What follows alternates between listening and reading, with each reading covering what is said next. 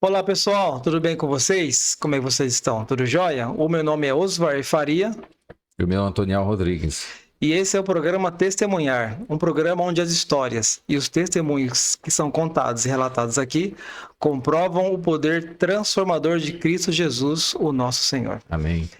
Antoniel, hoje nosso convidado, ele foi alguém de referência para nossa vida, né? Com certeza, um ministério muito forte para a vida de muitas pessoas, né? Com certeza. Onde ele passou, ele deixou ali um rastro de boas lembranças e também de muito amor. Eu lembro muito bem, antes da gente falar aqui a nosso convidado de hoje, eu lembro muito bem que os acampamentos que ele organizava eram show. Muito bom, né, Zé?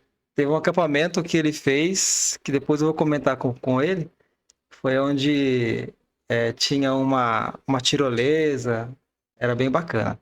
Mas e aí, Antonel, como é que o pessoal faz para estar dando aquele apoio pro canal? Muito bem, o pessoal aí pode estar curtindo, né? Divulgando o programa no seu grupo de WhatsApp, com seus amigos, no ambiente de trabalho, na igreja, e assim você vai estar fortalecendo as pessoas a ouvirem sobre o poder transformador de Deus, não é isso? É isso aí, obrigado. Vamos nessa então. Bom, então sem mais demoras, né? Vamos então ao nosso convidado dessa noite, né? E nosso convidado dessa noite é um pastor, né? É o pastor Miguel Cabral. Pastor, muito obrigado por ter aceito o convite, estar aqui com a gente, viu? É um prazer compartilhar com vocês aí essa entrevista, né? E que possa alcançar pessoas que estão à procura de uma vida melhor, né? Amém. Um relacionamento com Deus, uma vida vitoriosa aqui nessa terra. Amém. Amém. Então, pastor, a gente estava fazendo aquele comentário aqui antes, né? Como que era legal os acampamentos que o senhor organizava naquela época. Quando o senhor foi pastor aqui da igreja, do bairro, né? Jardim Metonópolis, igreja adventista aqui. Eu lembro desses momentos que o senhor organizava, né? Eram muito bons, tinha bastante atividade. E eu percebi que o senhor fazia com todo carinho. Não era verdade? Sim. Eu creio que a vida de uma igreja ela está circunscrita no seu ânimo, no seu entusiasmo com a juventude. E quando temos uma juventude vibrante, a igreja é vibrante. Sim. Os jovens sonham, têm entusiasmo, são alegres, corajosos, topam qualquer parada, né? E vocês devem lembrar que muitos desses lugares eram lugares rústicos. Sim, simples, né? Mas eram aconchegantes, né? Ambiente em contato com a natureza, sempre a gente procurava ambientes assim. Eu também me preocupava com uma alimentação saudável, gostosa para o grupo, né? Eu procurava também colegas pastores que tinham uma experiência já bem acentuada do ministério. Vocês devem lembrar alguns pastores que Sim, eu lembro. pregavam para nós no sábado, principalmente no sábado. No sábado. Sexta-feira à noite e no sábado, né? Então, eu creio que cada acampamento vocês voltavam não só animados, mas também com uma experiência da jornada cristã, né? Verdade. Com certeza. E eu ali... também lembro com saudade, viu? E parece que a gente presta mais atenção do que em outros ambientes, né? Sim. Não sei se é pelo lugar. Um dos acampamentos que mais me marcou foi ali no Jaguariúna, ali, depois do pedágio virando a Bananal, não é isso? Bananal. Sim. Isso, foi um lugar bem... Tem, assim, uma lembrança muito boa ali, viu? Pois é, para vocês verem, ali o Bananal era um local que tinha uma boa infraestrutura para acampamento. Tinha. Muito boa. Vocês devem lembrar aquele gramado tão grande que tinha ali, Sim, né? sim. Sim, sim. Tinha uma mata, tinha também uma lagoa no fundo, que até alguns irmãos iam lá pescar, né? Nós tínhamos ali um salão grande para os cultos e para as atividades sociais. Tínhamos uma boa piscina também, que o pessoal brincava, né? E tínhamos também um local para a cozinha e o refeitório, onde a gente participava das alimentações, né? Sim, sim. E um local amplo para armar barraca, né? Não era nada apertado, era bem amplo, que todo mundo ficava à vontade ali. Eu recordo de um acampamento que nós tivemos ali, que vieram os irmãos de Socorro também Isso. conosco. Sim, E também foi de Arthur Nogueira, que o meu cunhado, o pastor Enio, e a professora Sônia Rigoli, sim. né? Aham. Que eles se juntaram a nós. Nós tínhamos ali mais de 300 pessoas. Mas assim, não só desse, teve outro que o senhor fez, eu não lembro o local, mas foi um que tinha uma tirolesa. Entre Pedreira e Amparo. Isso. Ah, tá. Mundão das Trilhas. Mundão das Trilhas, é. Ficava ao lado do rio Camanducaia. Sim. Mais tinha um rio lá. abaixo tinha uma usina pequena hidroelétrica. Então o rio era meio represado e a tirolesa passava sobre o rio Camanducaia. Sim. E tinha também uma ponte de cabo de aço, as que vocês lembram, né? Lembro. Tanto podia passar com a tirolesa, como também pela ponte de cabo de aço, né? E depois Sim. tinha uma trilha que subia alto. Como eu disse para vocês, sempre a gente procurava um lugar rústico, simples, Uhum. dentro das possibilidades nossa, né? Aham. Que o distrito tinha suas limitações, são jovens lutadores, né?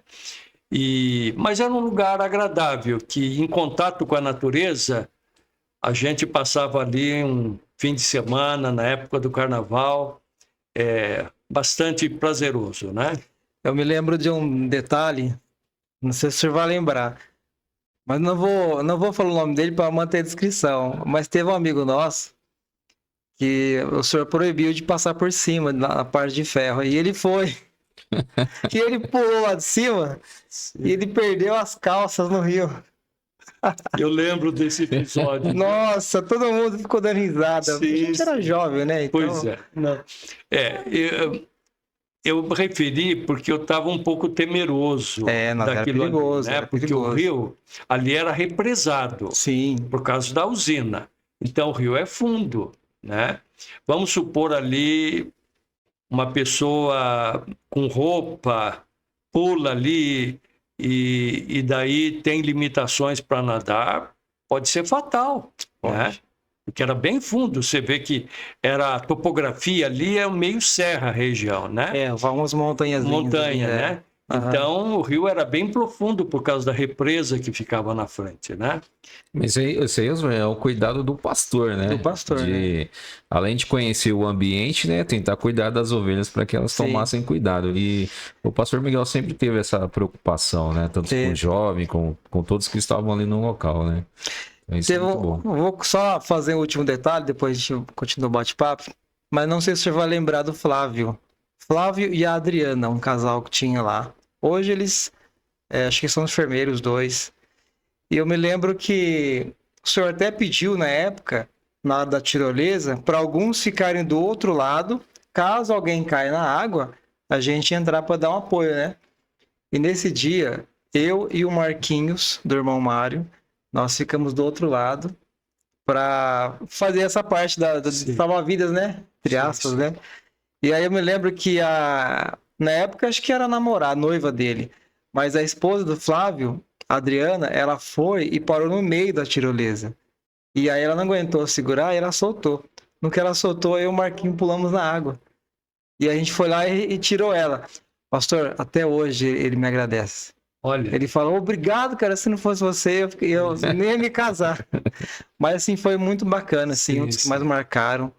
E realmente foi um prazer ter participado com o senhor nesses acampamentos. Muito bom, né, Zé? cada acampamento tinha suas peculiaridades pela infraestrutura que a gente encontrava para adaptar, né? É. Eu procurava levar o som, projetor, para trazer assim um ambiente mais animado, né? Para a gente cantar. Você deve lembrar que você Sim. fazia o grupo ali para cantar, Momento né? de louvor, né? E então lembro com saudade, viu? E tenho vocês na minha lembrança e é um pedaço da história da minha vida também como pastor, né? Que bom, pastor, que bom. Mas, pastor, quem que é o Miguel Cabral antes de ser pastor? Eu sou filho de adventista de terceira geração. Terceira geração? Meu Poxa, vovô legal. era presbiteriano, fiel, um líder no sítio, 32 quilômetros de Piracicaba. E ele descobriu o sábado na Bíblia. E ele questionava o pastor deles, que ia visitá-los lá no sítio, né? Pastor, eles chamavam de reverendo, né? Reverendo. E o sábado que nós encontramos aqui nos mandamentos, né? Jesus também foi à sinagoga no dia de sábado. E o pastor presbiteriano procurava desconversar com meu vovô, né? Até que, no início de 1931, um sobrinho do meu vovô, que trabalhava na Estrada de Ferro em Sorocabana, foi visitá-los lá no sítio. E daí disse: tio Antônio, eu descobri em São Paulo, na Rua Taguá, na Liberdade, uma igreja que está escrito Adventista do Sétimo Dia. Esse sétimo dia que o tio tem falado tanto, deve ter alguma conexão com essa igreja. Foi quando meu vovô mandou uma carta, era a sede da igreja, 1931. Dali eles mandaram 2 pastores, e da nossa família, lá os ancestrais, no primeiro batismo foram 40 e poucas pessoas que foram O batizadas. primeiro batismo? Primeiro batismo. Poxa. Minha mamãe tinha 6 anos nesse tempo, né? Então, eu sou filho de terceira geração. Eu sou natural de Ourinhos e agradeço muito a educação cristã. O 4º ano primário eu fiz na escola paroquial do fundo da nossa igreja. O início, o primeiro ano de funcionamento da escola paroquial, né? Lembro que nós não tínhamos nem carteira. Era uma mesona grande e ali uma querida professora, Irlanda Ferrari, já não vive mais. Ela lecionava a 4ª série, a 3ª de manhã e à tarde, 2ª e 1ª série. Foi ela que organizou uma semana de oração dirigida pelos alunos da escola. E foi a primeira vez que ela me incentivou e me preparou para pregar. Olha. Devo a ela esse olhar, né? Sim. Lembro que minha mamãe comprou um terninho e eu tinha aí em torno de 10 anos, né? Quarto ano primário fazia, né? E então aí foi a primeira vez que eu tive a oportunidade de falar numa semana que a professora Irlanda organizou na igreja, né? Sim. Com 15 anos eu fui para o IAP, Instituto Adventista Paranaense. Para mim foi algo maravilhoso. Morava no sítio, nós tínhamos uma chácara, morava no sítio, e conviver ali com alunos, colegas, eram bolsistas, né? Eu cheguei no colégio no dia 26 de dezembro de 1967.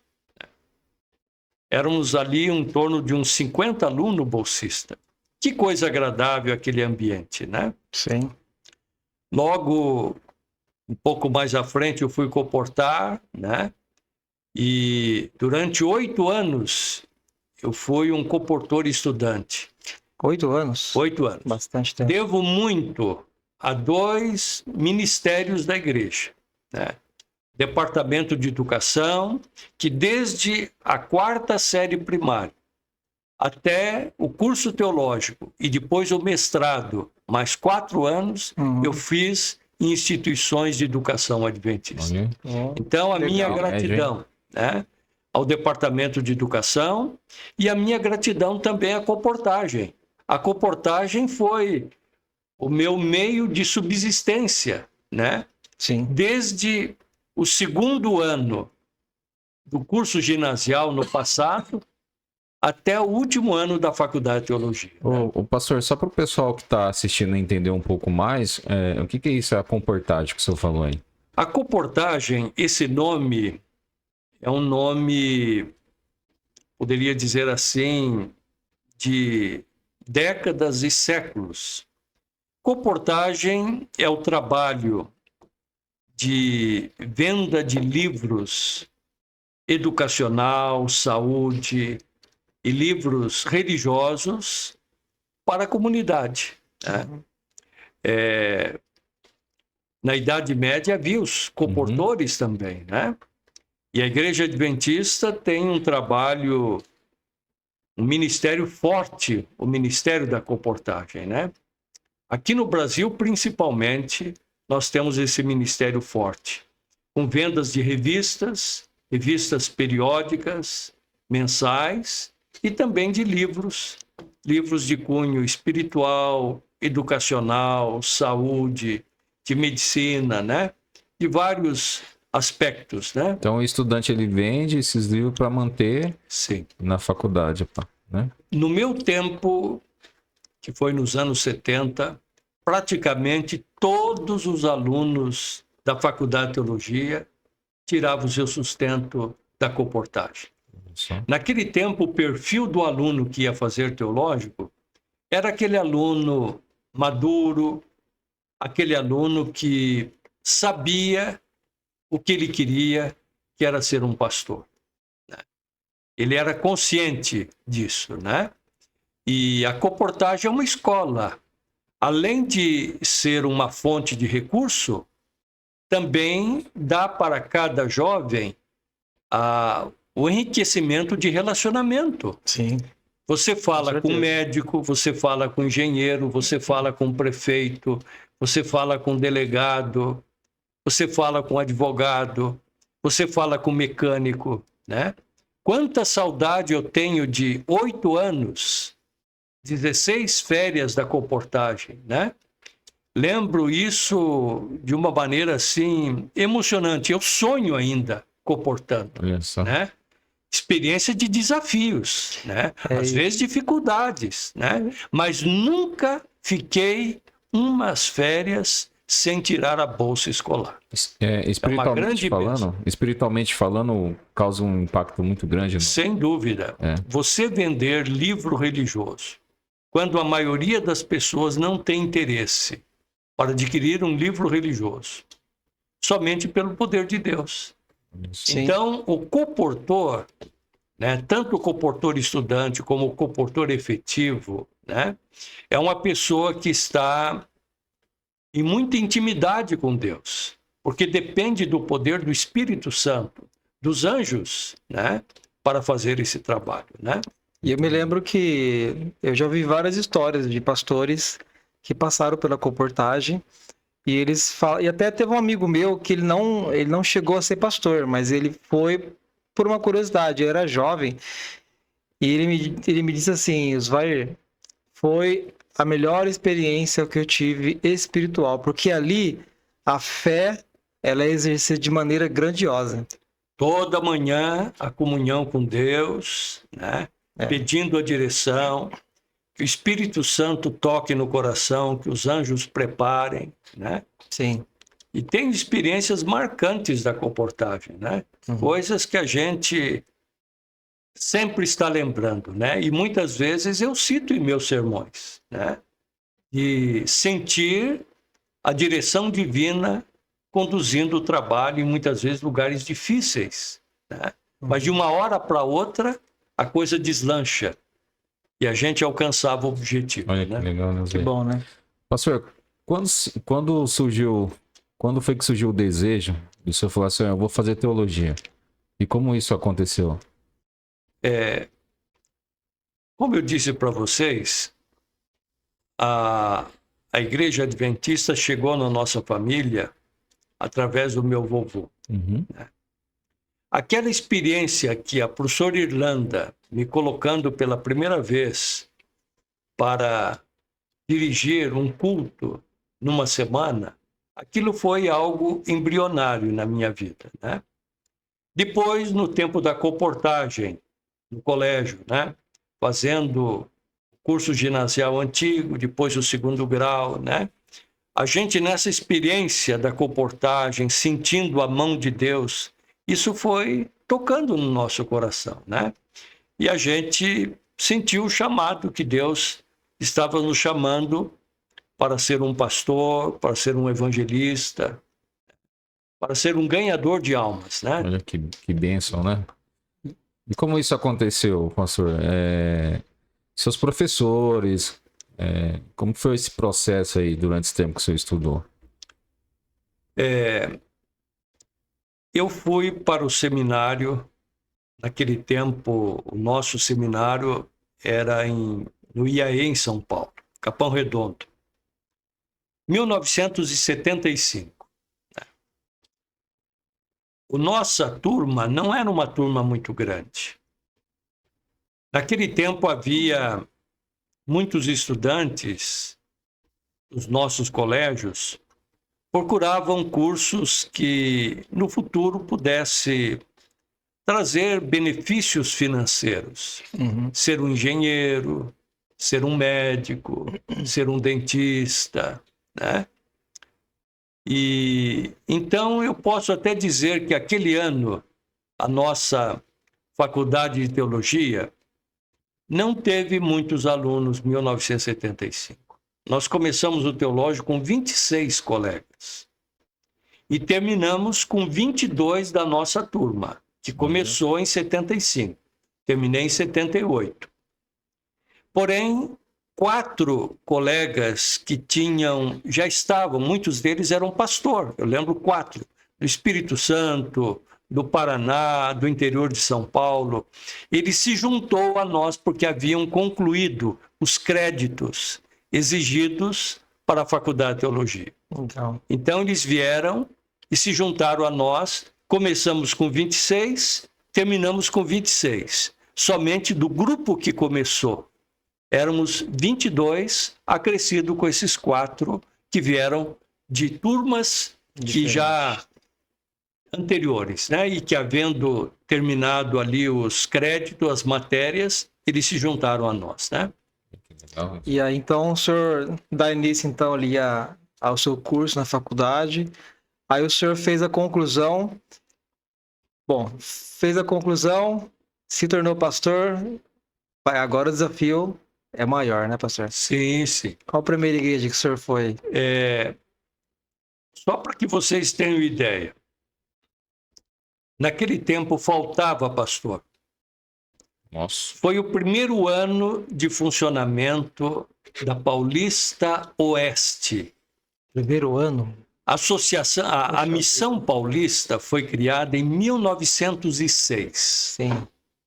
1906. Na cidade de Rio Claro, com 23 membros. Havia apenas um pastor ordenado, o pastor Emílio, de origem alemã. Ele era o presidente da missão e o pastor da igreja de Rio Claro, 1906. Em 1928, a associação, aí já era associação, mudou para São Paulo, na Rua Taguá, onde hoje é a Igreja Central Paulistana, no bairro Liberdade, não tão longe da Praça da Sé. E de 1906 até 1977, era apenas uma associação, Associação Paulista. Em 1977, a Associação Paulista era a única, Era onde? estava com 54.201 membros. Já nessa época. Quando então a divisão sul-americana propôs a divisão da Associação Paulista em 2 campos. E em 1977, essa reunião para a divisão foi na cidade de São Carlos, interior de São Paulo. Sim. Em 1978 foi o funcionamento do primeiro ano da Associação Paulista Oeste. A sede era na Rua Espanha. Muitos irmãos que são mais antigos aqui em Campinas vão lembrar da Eu sede lembro. na Rua Espanha. Eu lembro onde que era. Pois é. E nesse tempo, só para que vocês tenham ideia, nós éramos em torno de 21, 22 mil membros. Não chegava a 23 mil membros. Em 1978. 78. Eram 27 pastores distritais. Campinas tinha apenas 4 igrejas. Era a Igreja Central, a Igreja do Jardim Santana, que fica na extremidade, lá próximo à Estrada Dom Pedro, né? O Jardim dos Oliveiras, Conheço. a Igreja Antiga, e o Jardim Ieda. Também. Quem era o pastor Otávio. Ele cuidava do distrito, que era Campinas, Jaguariúna, Indaiatuba, né? Tinha irmãos em Vinhedo, né? Americana, né? Saindo de Campinas, o próximo distrito era Piracicaba. O outro distrito era Sorocaba. Indo para o interior, o próximo distrito era Pirassununga e o outro era São Carlos. Era bem distante, Nossa, né? hein? Para vocês verem. Bem distante, hein? a dificuldade Um do de trabalhar. 27 distritos, 22 mil membros mais ou menos, né? É. Que desafio. Quantos pastores? Poucos, né? Pois é. Hoje vocês podem ver que bênção. Ah, né? com certeza. Hoje nós temos somente aqui em Campinas mais de 60 distritos pastorais. Uau. Vê que bênção. E só a nossa associação aqui são mais de 40 mil membros. Aonde Distante, hein? a Paulista Oeste começou com 22 mil membros, hoje são mais de 100 mil membros. Tem a Paulista Oeste, que a sede agora fica em São José do Rio Preto, né? A nossa, que é a Paulista Central, e a Paulista Sudoeste. Essas 3 é que faziam parte do início em 1978, onde era 20 e poucos mil membros, hoje são mais de 100 mil membros. Vê que bênção. Que E aqui bênção, se né? cumpre o trecho bíblico que eu gostaria de ler aqui, a parábola do grão de mostarda, né? Outra parábola lhes propôs, dizendo: o reino dos céus é semelhante a um grão de mostarda, que um homem tomou e plantou no seu campo, o qual é, na verdade, a menor de todas as sementes, e crescida é maior de todas as hortaliças. Então vê o grãozinho de mostarda, lançado em 1978, hoje são mais de 100 mil membros. E olha a bênção. Todo o estado de São Paulo era 54.201 membros, quando foi dividido. Todo o estado, né? Todo o estado. Nós tivemos o relatório no mês de final de abril.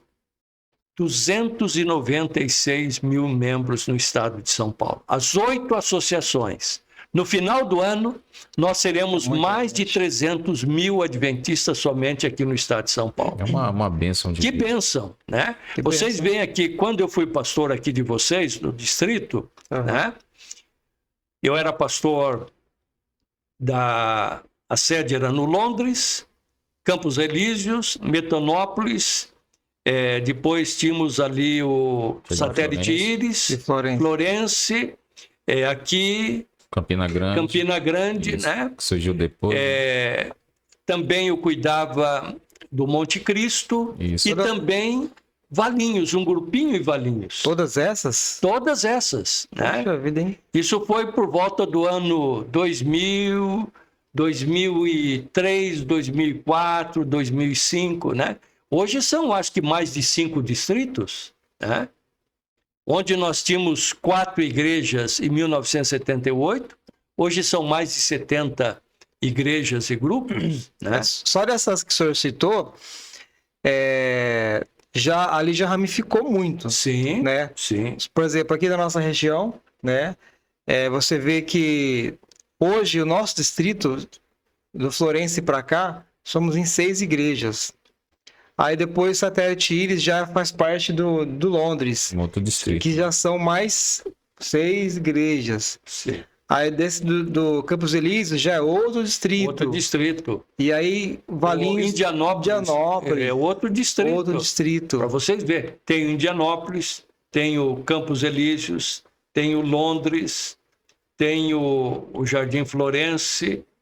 São 4 distritos, 4. onde era um distrito. E esse crescimento, ele se deu em pouco tempo, né? Sim, Não é algo que foi demorado. pois é. Isso é importante para os irmãos que estão ouvindo, vocês verem como o Espírito Santo, Deus tem abençoado a nossa igreja aqui em Campinas, no estado de São Paulo. Isso é uma grande bênção, né? Sim. Às vezes eu fico, assim, algumas pessoas chegam em mim, né, e falam assim, nossa, mas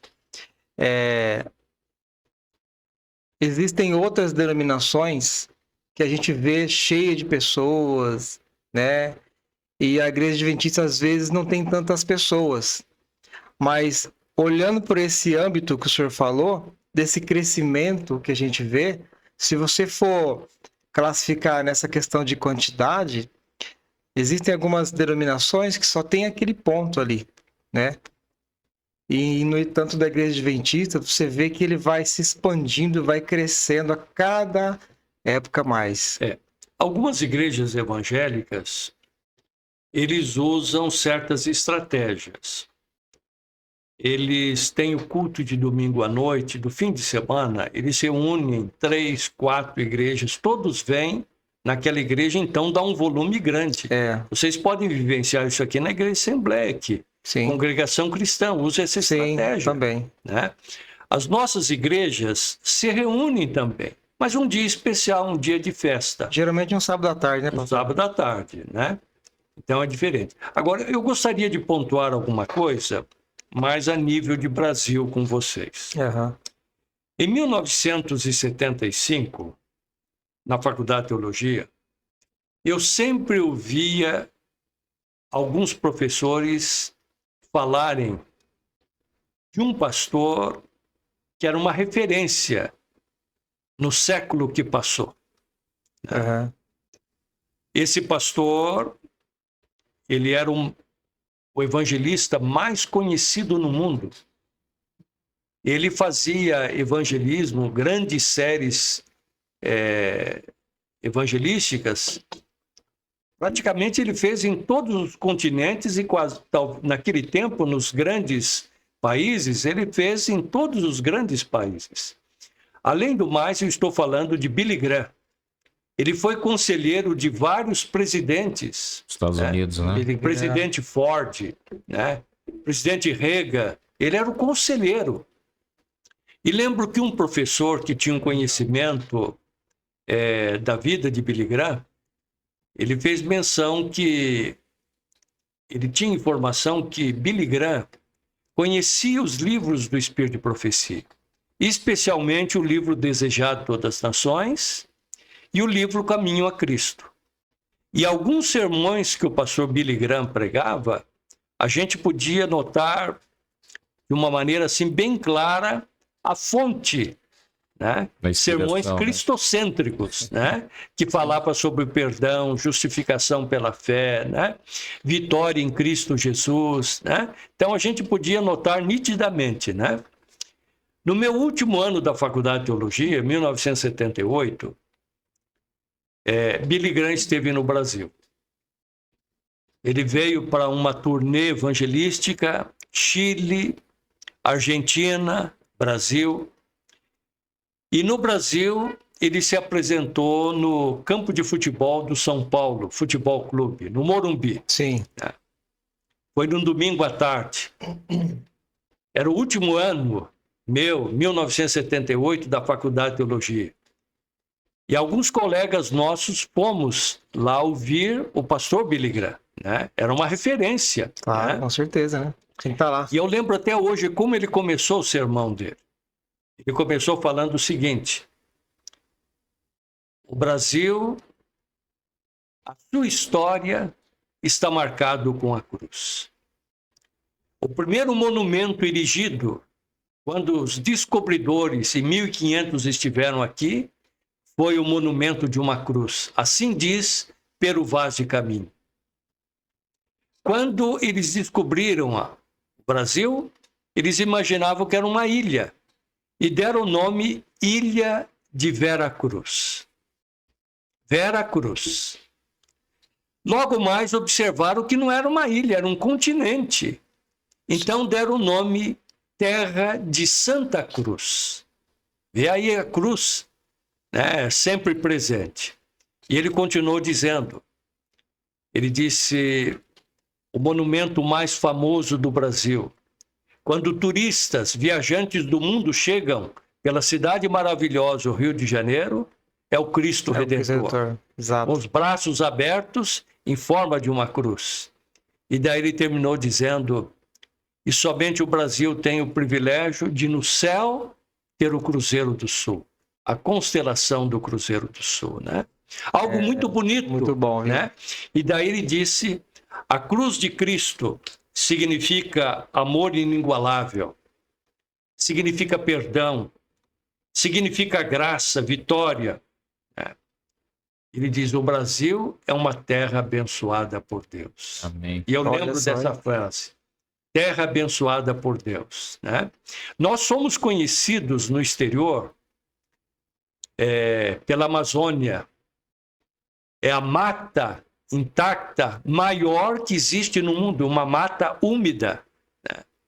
O Brasil é conhecido como o país que tem a maior riqueza de água potável, água doce do mundo.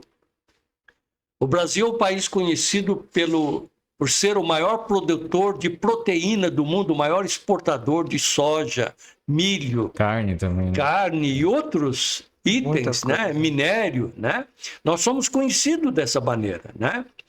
Porém, quando Billy Graham falou uma terra abençoada por Deus, ele estava falando isso não somente no contexto físico, material, geográfico, mas eu tenho certeza que ele falava também no campo espiritual e evangélico. Sim. Sim, com certeza. Uma professora estudiosa, a professora de Sociologia da USP, ela projeta que dentro de 10 anos, mais de 50% da população brasileira será evangélica. Amém. Olha Sério? só. Tem essa projeção já? Tem essa projeção. Eu não lembro o nome dela agora, né? Mas ela faz essa projeção pelo crescimento que está havendo. Hoje, mais de 35% são evangélicos no Brasil, né? Aham. E por isso, essa terra abençoada, a Igreja Adventista é tremendamente abençoada aqui no Brasil. Só para que vocês tenham ideia, nós aqui no Brasil, nós temos o maior grupo de coportores do mundo dentro da Igreja Adventista. No Brasil, isso. Está aqui no Brasil. Poxa vida, hein? Que legal. A maior casa publicadora, nós temos 60 casas publicadoras no mundo. A maior casa publicadora é a nossa casa publicadora aqui do Brasil. Aqui que fica em Tatuí, né? Tatuí. Outra Sim. coisa, o maior clube de desbravador em número de adolescentes está aqui no Brasil. Né? O maior número de alunos em escolas Adventista? evangélico-adventista está aqui no Brasil. A maior escola adventista é os 3 campi do NASP. São Paulo, o mais antigo, Ah, é verdade, né? sim. Capão Redondo, depois Hortolândia e daí Engenheiro Coelho. Esses 3 campi formam a maior escola adventista do mundo. Isso não é um privilégio Do para mundo, nós? pastor? Do mundo. É Olha só. privilégio, hein? E outra Brasil é coisa, abençoado demais, hein? aqui no Brasil é onde vive a maior família adventista do mundo. 1.700.000 adventistas. Que bênção, hein? Muita gente, hein, pastor? O segundo país que Legal. tem a quantidade de membros que vem em segundo lugar é a Índia, com 1.500.000 adventistas. Mas a Índia tem 1.500.000 habitantes. Nossa. O Brasil tem muito. 200 e poucos mil, Sim, né? milhões. Vê a relação per capita, né, entre um membro e A habitantes. porcentagem é bem diferente. Na Índia O é Brasil bem tem grande, né? sido, É, o Brasil Isso. tem sido um exemplo, uma bênção. A TV Novo Tempo, né? Que bênção que é. Escola Adventista, Casa Publicadora, Comportores, Desbravadores. O Brasil tem sido um exemplo de igreja para o mundo. Devemos agradecer a Deus e dizer que o grande pregador, pastor Billy Graham, diz: o Brasil é uma terra abençoada por Deus, realmente é uma terra abençoada por Deus, né? Tanto nas suas terras, a água, o povo, os evangélicos e particularmente a Igreja Adventista. Quantas bênçãos nós temos recebido aqui no Brasil, né? então a gente vê que o pastor Billy Graham, né, eu não conheço a história dele 100%, mas já é uma boa parte. E ele, até hoje, ele é uma referência seus sermões, das suas palavras que ele redigia. Você ainda vê hoje, nas redes sociais, pessoas colocando os textos dele como meditação, como incentivo, como palavra de bênção, né? Sim. Ele é autor de vários livros e os seus sermões, muitos deles foram gravados. E quando eu fui evangelista aqui na nossa associação, nós tínhamos disponível em 16 milímetros, que era o recurso das máquinas naquele tempo, vários filmes das conferências do pastor Billy Graham. Eram os filmes diferentes. 16 milímetros, famoso, Famoso, né? sei. Aquelas máquinas barulhentas, né? E aqueles filmes mostravam o momento do apelo. E era didático aquilo, para a gente aprender e aplicar no ministério, né? Isso faz a diferença, né, pastor, Sim, na vida daqueles que estão estudando no ministério, né, para Sem salvar dúvida. vidas, né? sem dúvida, né? Pastor, uma experiência marcante no seu ministério que impactou muito a sua vida, assim, por onde o pastor já passou. Existem experiências individuais com pessoas e existem experiências com conferência, evangelismo, a oportunidade de criar uma nova igreja. Eu vou citar aqui um fato que aconteceu em Indaiatuba. Indaiatuba foi o local que tivemos a primeira escola sabatina no Brasil. Primeira Foi escola. maio de 1895. Essa primeira escola sabatina foram batizados os pais de Guilherme Stein Júnior, que já tinha sido batizado em abril de 1895 em Piracicaba, Uhum. e irmãos dele. Quem fez esse batismo foi o pastor Westphal. E quem trouxe a mensagem foi o comportor Augusto Stauffer. Foi o primeiro adventista a pisar em solo brasileiro. Augustus Stauffer. É um suíço que falava alemão. Ele foi o primeiro comportor vendendo livro. Começou aqui na região de Indaiatuba, daí foi para Elias Fausto, Piracicaba, Rio Claro, né? Então, a primeira escola sabatina, maio de 1895. Em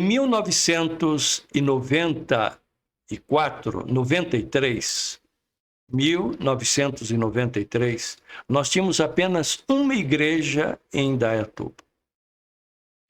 E nós tínhamos ali um irmão, ele era um avião, um irmão empreendedor.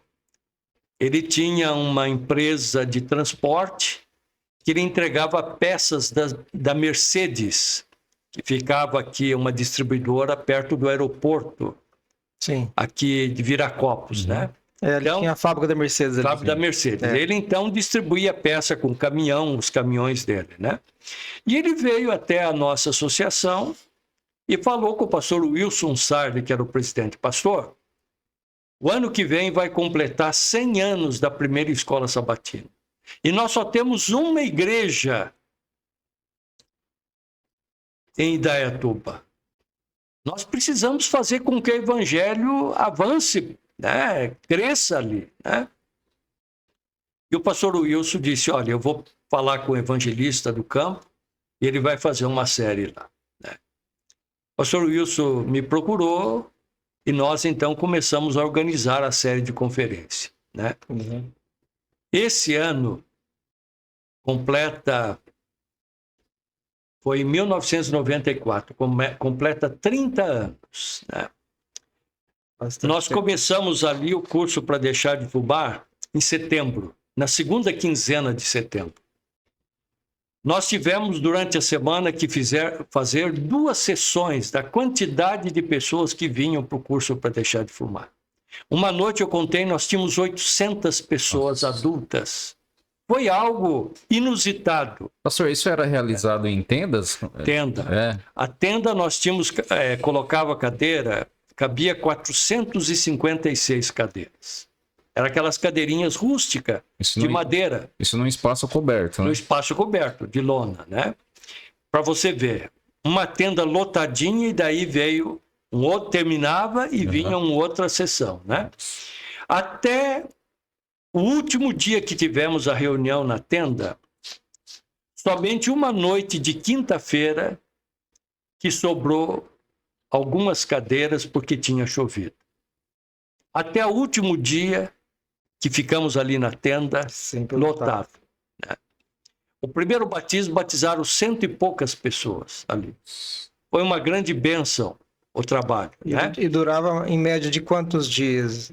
Mais ou menos em torno de uns 3 meses. 3 meses? Concurso para deixar de fumar, família, Aham. a parte de doutrinação. Era um evangelismo um pouco diferente dos de hoje, que hoje os evangelistas Sim. são evangelismo de colheita. Nós não, começávamos do nada. Ali era para plantar uma nova igreja. E essa igreja foi plantada. Compramos 2 terrenos, o irmão Jânio, esse que eu fiz menção, que Empreendedor, era né? o Empreendedor. alemão ele, Sim. né? A associação ajudou e ele dirigiu, 2 terrenos foram comprados. Quando tiramos a tenda, porque eu precisava levar para outro local, que ia começar outra conferência, nós fizemos uma capela de madeirite e aquelas telinhas de fibrocimento, né? E ali deslocamos o pessoal para lá. Até hoje eles lembram com o título Igreja da Capela, né? Igreja da Capela, né?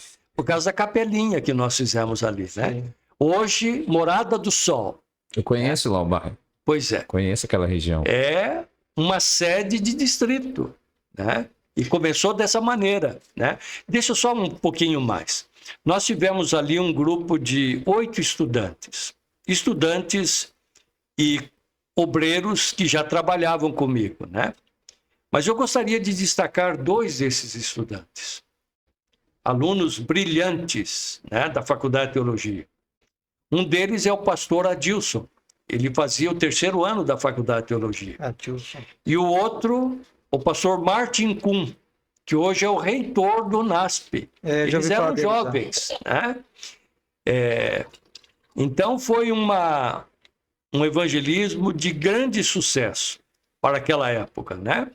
E lembro com muita saudade disto, né? E lá está a igreja estabelecida, é o 2º distrito da cidade de Indaiatuba, né? O senhor comentou sobre o curso de deixar de fumar. Esse curso, eu já participei, assim, tipo, na liderança junto, né? E é um curso maravilhoso. E foi em Hortolândia que eu participei. Eu lembro que na época era o Mário Sérgio, que ele era, na época, ele era o primeiro ancião, junto com o pastor. Hoje, esse Mário Sérgio, ele é pastor. Sim. Ele foi para Roraima, Rondônia e agora está em Minas Gerais. E eu me lembro muito bem de que essas noites, de como é o curso, como deixar de fumar, que como as pessoas tinham interesse realmente em fazer esse curso, que elas realmente tinham essa vontade. E através desse curso, né, que era realizado na igreja mesmo, muitas pessoas, ao final, se entregavam a Cristo. Sim. Tivemos, posso dizer, centenas e centenas de pessoas, né, que eu tive a oportunidade de realizar pelo interior de São Paulo, muitas. E sou grato a Deus pelo privilégio de ter colaborado para a fundação de 34 novas congregações. Dessas 34, 12 hoje são sede de distrito. 12. As últimas duas que se tornaram sede de distrito foi a conferência que eu fiz em Pedreira, que hoje é sede de distrito Pedreira. E a outra, Jardim Caparrós, em São José do Rio Preto. São as duas últimas, nesses últimos anos, que se tornaram sede de distrito, né? Então, uma alegria muito grande ter colaborado. E se a gente for observar o ministério de Paulo, ele era um evangelista. E cada pastor tem o dever de ser um evangelista. Sim. Sim, com certeza. E para ser evangelista, o que nós precisamos? Pregar, batizar e fundar novas congregações, né? Essa é a missão, né? Exatamente. Sinto feliz, realizado de ter colaborado para a fundação dessas igrejas e ter também colaborado, levado ao batismo através do trabalho que fiz, com a ajuda de obreiros, com a ajuda de queridos irmãos, né? Um trabalho conjunto, não é o trabalho de uma pessoa somente, né? Mas levado mais de 4.000 pessoas ao batismo, né? Amém. Minha gratidão a Deus por esse privilégio, né? Hoje o pastor se encontra, hoje o senhor, na linguagem adventista, né, nós somos jubilados, né? Mas, no caso, é aposentado já, né? Sim. Assim, aposentado, o senhor não tem nenhum distrito que o senhor mais toma conta, né? Mas a pregação, levar a mensagem, o senhor está sempre disposto, né, pastor? Todo sábado eu estou pregando em algum lugar. Amém, Né? que bom, viu? Além do mais, colaborando, associação, os pastores pedem. Nós Apoio. temos aqui na região de Campinas vários pastores que não são ordenados ainda, né? Sim, sim. Então, eles pedem e eu colaboro, né? Nesse mês de maio, né, que passou, eu tive a oportunidade de realizar 3 batismos em lugares diferentes, né?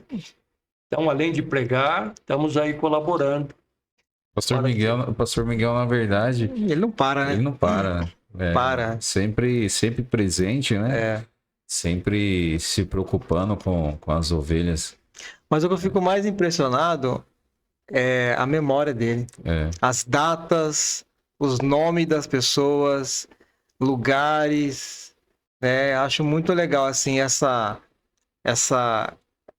qualidade mental que o senhor tem por lembrar de tantos detalhes, assim. Eu, com 41 anos, nem lembro muita coisa. Então, eu creio que uma vez pastor, sempre pastor. Sim. Eu procuro visitar igrejas onde queridos irmãos somaram no meu ministério. E vocês fazem parte disso. Amém. Domingo, por exemplo, preguei na sua igreja. Sim. Né? Foi.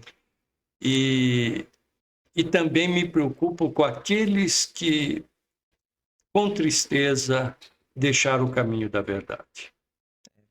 Esses dias me convidaram para pregar na igreja do Satélite Íris. A igreja do Satélite Íris, nós fizemos evangelismo ali, compramos um terreno, 20 por 50, 1.000 metros. Eu lembro da luta para comprar esse terreno, né? As portas se abrindo, né? Mutirão, tivemos ali mutirão de mais de 50 pessoas no domingo, né? E lá está a igrejinha, 1.000 metros, e a igrejinha lá no fundo, né? No início, né? No início, tínhamos ali um colaborador que era o Antônio. Eu admirava o Antônio. O Antônio, funileiro, pintor de carro, uma família grande, 5 filhos, eram adolescentes naquele tempo. Eu batizei os 2 deles. E eu vi o Antônio cantando, uma voz afinada, forte. Muitas vezes na escola sabatina, era o início, a formação do grupinho. As ideias do Antônio eram ideias bem Sábias, né? sábias, em sintonia com a nossa crença doutrinária, né? E eu perguntei para o Antônio. Eu tive o privilégio de assistir o Antônio passando a lição da escola sabatina. Sim. E eu ficava assim admirado com a sabedoria que ele tem, né? E com o passar eu fiquei 6 anos no distrito. Foi com muita tristeza que eu vi o Antônio arrefecendo a sua fé, envolvendo com bebida. Aquilo foi algo muito triste para mim. 3 vezes eu procurei o Antônio, na casa dele, aonde ele trabalhava. O Wilson, que hoje é o diretor, é o ancião da igreja, me convidou para pregar. E eu perguntei, Wilson, o Antônio está por lá? Ele disse, está, pastor, está por lá. Tá bem. Domingo, sábado, então, eu fui um sábado, já fazem uns 3 meses, eu fui pregar lá. E antes de chegar na igreja, eu fui lá no local onde o Antônio trabalhava, a funilaria dele. Estava fechado. Foi até onde eu me lembro que era a casa dele. Era um bairro bastante simples, tipo de comunidade, né? Estrada de terra bem emburacada. E quando eu fui descendo, tá tudo asfaltado, diferente. E descendo, eu visualizei, olha, aqui que eu acho que é a casa do Antônio. Mas estava tudo fechado. Eu fui até embaixo, é uma baixada, próximo a um córrego. Virei, quando vinha subindo, eu vi um senhor, barba branca, cabelo grisalho, pessoa bem abatida, visual assim, meio sofrido. E eu parei com o carro, e quando eu parei com o carro, eu perguntei, amigo, você sabe aonde mora o Antônio, funileiro, pintor de carro? E quando eu falei assim, esse senhor disse, abre o carro para mim. Eu fiquei assustado naquele momento, porque é uma região, comunidade, sim, a gente tem um certo receio, né? E logo em seguida ele falou a segunda frase, abre o carro, pastor. E quando ele falou, abre o carro, pastor, me veio à mente, você me conhece? E ele disse, sim, você é o pastor Miguel, abre o carro para mim. E eu abri o carro. Foi algo emocionante. Era o Antônio que estava ali, eu não reconheci. Nossa, era o Antônio ali. Depauperado, magro, abatido, né? Ele entrou no carro, me deu um abraço, me deu um beijo no rosto e começou a chorar. Nossa. A gente vê como a gente pode ser útil no ministério. Procurando aqueles que deixaram o caminho do Senhor, o aprisco do bom pastor, a gente ir em busca desses, né? Animar na jornada cristã, empenhar para que eles voltem novamente para a comunhão do Senhor, né? Que Deus abençoe o Antônio. Não sei como ele está, né, hoje, mas eu sei que a bebida é algo trágico na vida de uma pessoa e na vida da família dessa pessoa também, né? Sim. Que Deus esteja ali com o Antônio e com a família dele. Pastor, uma experiência internacional. O senhor, nessas viagens aí que o senhor falou assim, essa foi marcante na minha vida, no meu ministério. Eu tive a oportunidade de fazer 2 séries de conferência na África. E as 2 foram experiências marcantes, né? Pelo contexto social, econômico, as necessidades, as privações, né? Eu me recordo das 2 cidades que eu fiz, né? Uma, a capital da Angola, né? E a outra, uma cidade próspera, Benguela, né? A primeira, quando eu fiz na capital de Angola, era uma igreja de mais ou menos 600 membros, né? Desbravador, nós tínhamos ali, o clube tinha 200 componentes, desbravador. Era uma igreja em formação, não tinha cobertura a igreja, somente as paredes, né? E eu recordo um dia que o pastor, os nomes bastante interessantes, o pastor, um jovem, devia ter mais ou menos 28, 29 anos. E o nome dele, Camisa. Pastor Camisa. Diferente. Pastor Camisa chegou para mim e disse, pastor, ele trouxe um irmão idoso, mais ou menos uns 70 anos, naquele tempo, que já faz uns 12 anos. Ele disse, pastor, esse irmão aqui era adorador de ídolos. Olha. Eu não entendi bem. Eu disse, mas quando ele não era adventista, ele era católico, adorava ídolos? Não, pastor. Ele era envolvido com espiritismo. Espiritismo de raiz afro. Africana mesmo. E ele, pastor, é que acompanhou o primeiro presidente da independência aqui da Angola. Olha. E daí eu fui conversar com o irmão, né? O irmão contou para mim que o presidente da Angola, depois das guerrilhas, né, que estabeleceu a independência de Angola, para ser um país independente, né, o presidente levava ele para as viagens internacionais que fazia. E ele ia para fazer os serviços espiritualistas naquelas viagens que fazia, né? Ele disse, olha, pastor, nas viagens nós tivemos na Rússia, tivemos em Cuba, países que tinham uma ideologia comunista, socialista. O presidente aqui de Angola visitava e eu acompanhava, né? Sempre fazendo esses rituais espiritualistas, né? Para mim foi emocionante a conversão de um irmão, né? Desse meio que a gente sabe que Satanás enreda as pessoas e as segura de uma maneira potentosa, né? E esse irmão deixar desse movimento, né?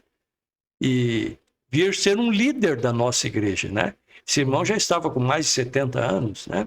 Olha só. Essa conferência foi uma grande bênção. Foi a conferência que eu fiz um batismo maior sozinho. E lá os batismos eram nos rios, né, pastor? Entravam 7 pessoas. Não, foi num tanque. Ah, foi num tanque. Foi num tanque, Aham. na igreja. A água veio com caminhão-pipa, porque não tem água. Não tem energia elétrica. É com gerador. É bem rústico mesmo. Bem rústico. Pó, não chove. Aquilo era assim, ó, uma camada de pó. Nossa. Você pisava, afundava. Subiu o pó. A igreja não tinha as cadeiras suficientes. Os interessados para as conferências vinham, traziam a sua cadeira, né? Para ver as limitações, né? Você vê a dificuldade e as pessoas têm interesse, né? E eu comecei a fazer o batismo. Eu lembro que eu preguei e daí coordenou o processual do batismo o pastor que era o líder de escola sabatina e ministério pessoal da associação. E eu comecei a batizar. Eles queriam colocar 10 pessoas no tanque de uma vez. Era um tanque um pouco grande. Daí eu disse, olha, 10 vai ser muito aqui de cada vez. Vamos colocar 7. 7 é o número da perfeição. Vamos colocar 7. Aham. Eu fazia a bênção, né? E depois ia batizando as Um pessoas. por né? um ali. Foram mais ou menos umas 2 horas e 50 minutos batizando. Batizando. Sem Olha parar. só. Que O benção. tanque eles colocaram bastante água, dava um pouco acima do meu umbigo, Isso é alto, né? alto. E lá somente juvenis com 14 anos para cima que batizam. Somente com 14 anos. Sim. Né? Quando eu terminei o batismo, veio o secretário que tomava nota de cada pessoa que batizava. Um jovem muito, perfil seu assim mais ou menos, viu? Lembra até você o biotipo seu com o biotipo dele, né? É que o pessoal fala que eu como é que é? Eles falam assim que eu tenho cara de muçulmano. Daí ele veio e disse, pastor, você sabe quanto você batizou? Eu disse, olha, não tenho ideia aqui. Ele disse, você batizou quase 3 horas de batismo. E foram 104 pessoas que você batizou. Que benção, hein? Amém. Foi algo marcante, né? Com certeza. Nunca esqueço, né? O braço ficou dolorido, né? E o roupão não deu para lavar. Viu? Não? Porque no Imagina, dia né? seguinte nós viajamos. O pessoal entrando Pois pé é. sujo E lá. daí eu tive que trazer o roupão dentro, somente procurei secar ele, deixei exposto. Quando chegou aqui no Brasil, estava com um cheiro um pouco desagradável. Imagine 104 pessoas, né? Aham. O pó, né? Que dali do lugar, né? Entrando na água. Entrando na água, pé saindo, sujo. né? Pois é, né? São lembranças, mas lembranças prazerosas, Sim, né? sim, claro. E almejo um dia lá no céu encontrar com essas pessoas. Experiências marcantes desses 104 pessoas que batizaram, né? Não dá para a gente comentar aqui que é Sim. pouco tempo, né? Eu lembro que tem um pastor, eu esqueci o nome dele, ele é pai de uma amiga minha. Todas as férias dele, ele vai, não sei se ele vai ainda, ele vai para África, Angola, para aquela região, comportar não, evangelismo, ele faz lá. Evangelizar, fazer série de conferências. Isso. E uma vez ele pregou na igreja, não sei se o senhor já... Talvez o senhor deve ter visto isso lá ou algo do tipo. Mas nesses lugares, nesse país, a presença de ídolos, né? Ela é muito grande lá. Sim. De acordo com a questão, como você falou, né? Espiritual africano, né? Porque eles acreditam, a cultura deles é muito forte para isso. É um espiritismo de raízes afro, que nós temos aqui no Brasil, né? E ele contou que ele falou assim, irmãos, nós aqui no Brasil, ele falou, nós não vemos nada de sobrenatural, mas lá naquele lugar eu vi coisas que no início eu duvidava. Sim. A presença de Satanás lá é muito forte, por causa das adorações aos deuses pagãos. Sim, sim. Né? E ele falou que a cada vez que ele vai, ele consegue batizar pessoas, ele volta agradecido a Deus pelas vitórias. Sim, sim. Né? Pastor, então só para a gente dando prosseguimento, qual foi o momento mais difícil da sua vida que o senhor consegue enxergar, assim, lembrar? No início do meu ministério, foi em 1979, eu fui chamado em 1978. A minha esposa, Johnny, ela terminava a faculdade de educação, pedagogia, e ela lecionava na escola de Campo Limpo Paulista. Quem era o diretor era o professor Gui. Hoje ele é um dono de uma faculdade em Olha. Campo Limpo Paulista. Uma pessoa muito especial. Gosto muito do Gui. E a Johnny lecionava para o 4º ano primário. A sala de aula era quase 50 alunos. Nossa, muita gente. Trabalhoso para ter disciplina, né? É. E fazendo faculdade, o último ano. E a Johnny tinha um papinho, um bócio. E o médico que acompanhava disse, olha, vocês, o esposo é pastor, vocês vão para o interior, seria importante que fizesse uma cirurgia para tirar, porque isso pode, no fim, se transformar num tumor, né? Num câncer. Né? Então, ela resolveu fazer essa cirurgia. E quando fez essa cirurgia, vocês devem saber que a glândula tireoide elabora alguns hormônios que são essenciais para o metabolismo do nosso corpo. Sim. Sim, é verdade. E ele fez a cirurgia, mas não orientou nada que precisava ela tomar esses hormônios daí via oral, né? Para repor, né? Para repor. E ele não falou nada disso. Uma semana depois, eu já estava iniciando o ministério, a Johnny não dormia, não Nossa. comia, né? Não queria tomar banho. Um quadro assim, um quadro de uma pessoa com esgotamento nervoso profundo. Aquilo nos preocupou muito. Nós achamos que, indo para o Mato Grosso, os pais da Johnny moravam num sítio no Mato Grosso, que lá, em contato com a família, ela poderia se tranquilizar e vencer o que nós imaginávamos que era um esgotamento nervoso, né? Uhum. E, na realidade, foi lá e piorou a situação. Eu lembro que nós tivemos que vir de avião para o nosso hospital adventista aqui. E aqui ela ficou 22 dias fazendo um tipo de uma sonoterapia, né? E quando passou esse período, ela não melhorou. Então, vocês imaginem, eu começando o ministério, Nossa. isso já era ali pelo mês de março, eu estava participando de uma série de conferências em Avaré, o evangelista fez a Semana do Calvário e eu continuei, eu fazendo a série, né? Sim.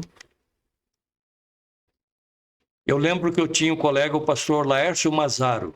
Hoje ele está jubilado, ele mora em Sorocaba. E ele me ajudava, nós trabalhávamos junto em Avaré. Voltei à noite, viemos de trem, ele morava em Sorocaba. Eu posei para, no dia seguinte, visitar a Johnny, que estava no hospital. 20 e poucos dias ali.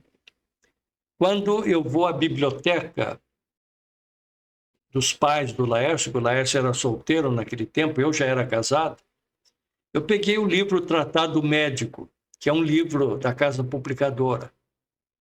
E o Espírito de Deus me dirigiu para algumas enfermidades relacionadas ao bócio, ao papo, à glândula tireoide. Olha só. E quando eu olhei aquilo ali, o quadro que mencionava de pessoas dependentes desses hormônios era o quadro que a Johnny estava vivenciando. Batia certinho, que é também semelhante a uma pessoa que está com esgotamento nervoso.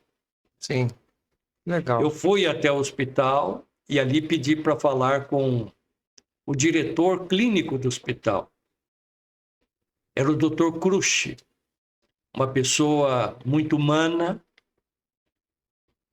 Eu lembro que o psiquiatra que tratava da Johnny, ele era um pouco rude.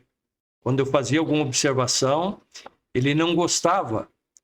E eu pedi para falar com o Dr. Crush, que era o diretor do hospital, e contei para ele.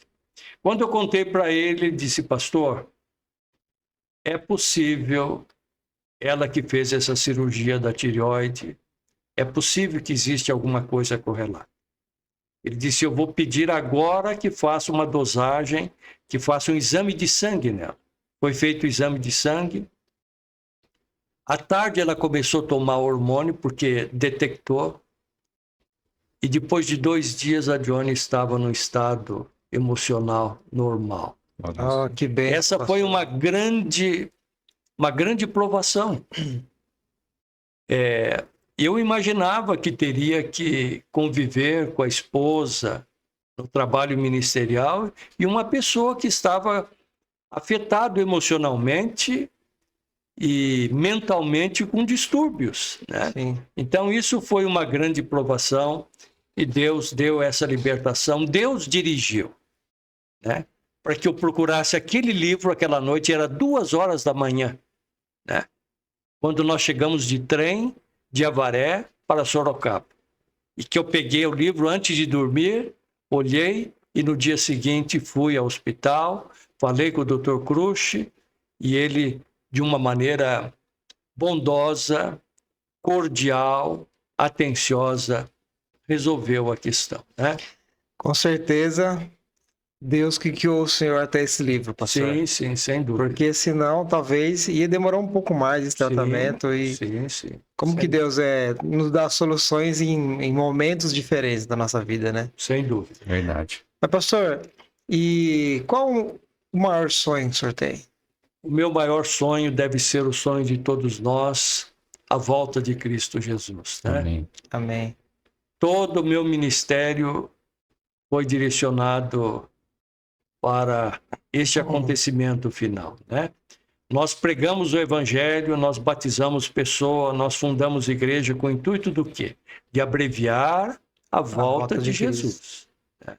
Abreviar a volta de Jesus. E eu tenho certeza, uma igreja fundada, uma pessoa batizada, um sincero que estava à procura da verdade, está contribuindo para abreviar a volta de Cristo Jesus para este velho mundo, né? Amém. O maior sonho, a volta de Jesus, e eu espero na minha geração, em vida, Amém. né? Jesus voltar, né? Eu acho que é o sonho de vocês também, certeza, né? né? Com Em certeza. vida, sem morrer, ver Jesus voltar. Eu acredito, pastor, que o bom cristão, todos os dias ele pensa isso. Sim, A breve volta de Jesus o quanto antes, mas também levar pessoas aos pés de Jesus, né? sim. Porque o bom cristão, ele quer ir e quer ajudar a levar pessoas, né? Não ir sozinho. Ir para o céu, levar a família, esposa, filhos, netinhos. Como nós fazemos um empenho lá em casa, as filhas, graças a Deus, estão na comunhão com o Senhor, Amém. os genros, e o empenho dos netinhos. Eu tive o privilégio de, no ano retrasado, batizar os 3 da minha filha mais velha. Felipe, Mateus e Rafael. Os 3. Que bênção, hein, pastor? E espero, nos próximos anos, batizar as 2 da filha mais nova, né?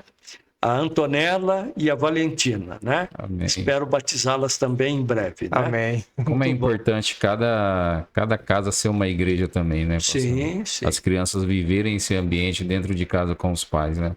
Isso é importante e vai influenciando ao longo do tempo aí a vida das crianças também, né? Sem dúvida. É isso mesmo. Pastor, que legal, assim, hoje eu acredito que, além do senhor contar um pouco da tua história, foi uma aula de história, Sim. né, sobre a Igreja Adventista aqui na região do estado de São Paulo, sobre o crescimento que ela adquiriu através do Espírito Santo. E hoje, como a igreja, ela ramificou de uma forma tão grande, né, que ela continua a crescer e a crescer a cada dia mais, né? Pastor, agora para finalizar, eu gostaria que o senhor olhasse para sua câmera aqui. E aí agora vem agora vem a missão do pastor. O senhor vai deixar um recado para quem está assistindo a gente, mas esse recado é aquela pessoa que precisa aceitar Jesus e ainda não aceitou. Passa o recado. Querido amigo, você deve estar acompanhando as crises que nós estamos vivenciando nesses últimos anos. Nós tivemos a pandemia, que levou mais de 700 mil brasileiros à sepultura prematuramente. No mundo, mais de 4 milhões. Estamos vivenciando hoje também 2 guerras. Imaginar, por exemplo, que na antiga Europa, berço da civilização, estarmos ali vivenciando uma guerra é algo muito trágico. Igrejas nossas foram destruídas, né? Pessoas perderam a vida. E também lá em Israel. Podemos dizer até que é uma guerra milenar entre israelenses e muçulmanos, né? Queridos amigos, você deve estar observando todas essas coisas e sabendo que tudo isso são cumprimento de profecias bíblicas.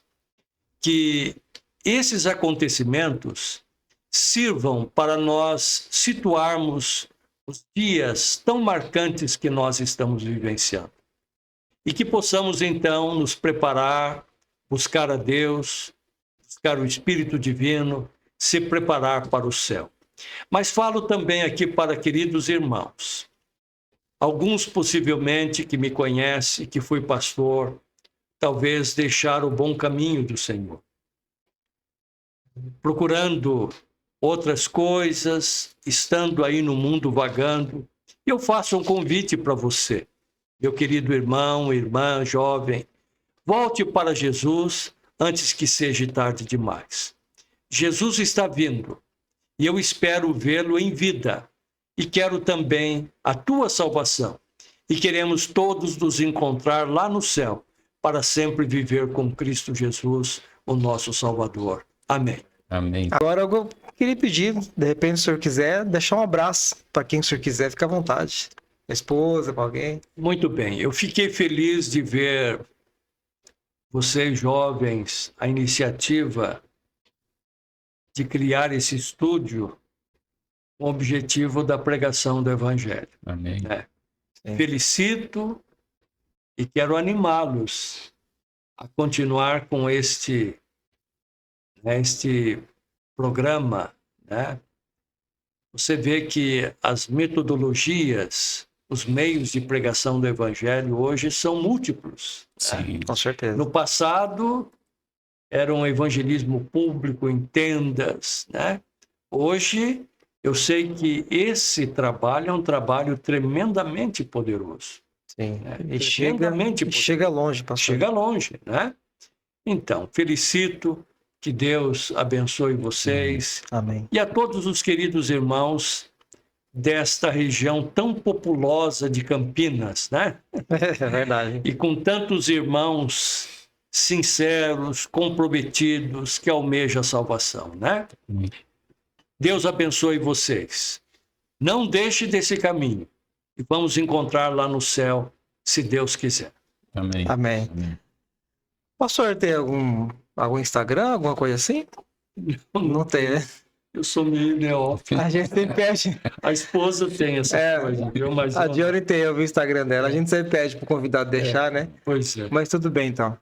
Pastor, queria mais uma vez agradecer ao senhor, tá? Tá ok. Por esse papo aqui com a gente. Ok. Foi muito bom, foi muito enriquecedor, Amém. tanto espiritual quanto historicamente falando, né? Sim. O senhor falou coisas aí que eu nem sabia que havia existido, né? Toda essa parte importante do crescimento da igreja, né, aqui no estado de São Paulo. Imaginar a igreja, 1906, forma a primeira igreja e missão paulista.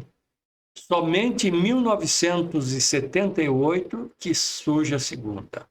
Hoje são 8. Final do ano nós teremos 300 mil adventistas Amém. aqui no estado de São Paulo. Amém. Não é uma bênção isso? Amém. Pura bênção. Bênção Muito divina grande. de Deus. Por estar aqui conosco nessa noite. Ok, E quando eu fiz o convite para o pastor aceitou prontamente. sim. Então isso é muito importante, que Deus te abençoe, e eu tenho certeza que o seu ministério é uma bênção para a vida de muitas pessoas. Deus abençoe. Obrigado, viu? Amém. Bom, e para você que até aqui nos acompanhou, obrigado por estar aqui com a gente. Não se esquece de curtir esse vídeo, não se esquece de se inscrever se você ainda não é inscrito. Lembra que eu sempre falo que a maioria das pessoas que assistem o nosso canal, assistem nossos vídeos, geralmente não se inscrevem, né? Não tem essa mania, assim, O hábito, né? o hábito, né? Mas assim, eu peço para que você se inscreva para dar aquele apoio pra gente. Curte o vídeo, deixe um comentário. Se você conhece o pastor Cabral, Miguel Cabral, deixe uma mensagem para ele, que depois ele vai ver lá no vídeo as mensagens que você vai deixar para ele, tá bom? Então, é isso aí, Antoniel. Muito bem, muito obrigado e até mais. Fica com Deus. Tchau, gente. Tchau, Valeu tchau. aí.